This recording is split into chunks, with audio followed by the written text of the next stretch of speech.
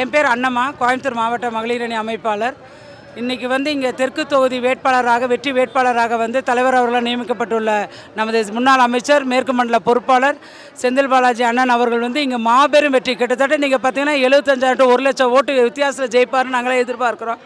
ஏன்னு கேட்டிங்கன்னா, இன்றைக்கி முதல்வர் அவர்கள் எந்த மாவட்டத்தை விட நம்ம கோயம்புத்தூர் மாவட்டத்துக்கு கிட்டத்தட்ட 10-12 முறை வந்துட்டு போயிட்டார். அதிக முறை பயணம் செய்த ஊர் எதுன்னு கேட்டால் நம்மளுடைய கோயம்புத்தூர் மாநகர் மாவட்டம், கோயம்புத்தூர் மண்டலத்துக்கு வந்துட்டு போயிருக்காரு.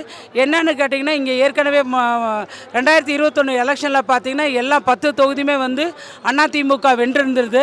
ஆனால் அதையெல்லாம் வச்சு வாக்கு அளித்தவர்களுக்கும் வாக்கு அளிக்காதவர்களுக்கும் என்னெல்லாம் செய்ய முடியுமோ நமது முதல்வர் அவர்கள் நிறைய திட்டங்களை இங்கே கோயம்புத்தூர் மாவட்டத்தை செஞ்சுருக்காரு. செம்மொழி பூங்கா, மேம்பாலம், நீங்கள் இதெல்லாம் பார்த்தீங்கன்னா இன்றைக்கி நல்ல ஒரு திட்டங்கள் எல்லாம் கொடுத்துருக்காரு. அதே மாதிரி மகளிருக்கு அதிரடியாக ஒரு 5,000 ரூபான்னு பார்த்தா திடுதிப்புன்னு காலையில் பார்த்தீங்கன்னா 5,000 ரூபா போட்டு இங்கே இருக்க அத்தனை மக்களுக்கும் அதிரடி நாயகனாக திகழ் நம்ம முதல்வர்.